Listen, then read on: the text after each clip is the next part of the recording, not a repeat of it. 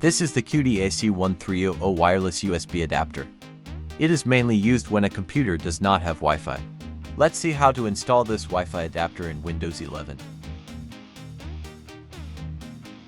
First, plug the adapter into the USB port of your PC. After plugging in the adapter, go to your PC. The Cudy adapter has been installed on the PC, so Wi-Fi is visible on the PC. Now you can connect your PC to Wi-Fi. Enter your Wi-Fi password.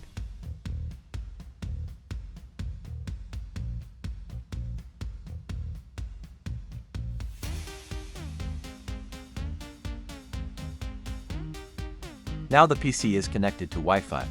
This is how you can install the Cudy WU1400 wireless USB adapter on Windows 11.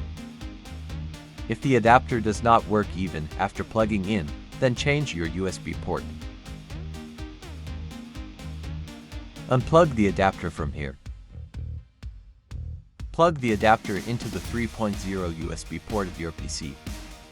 After changing the USB port, the adapter will work in Windows 11.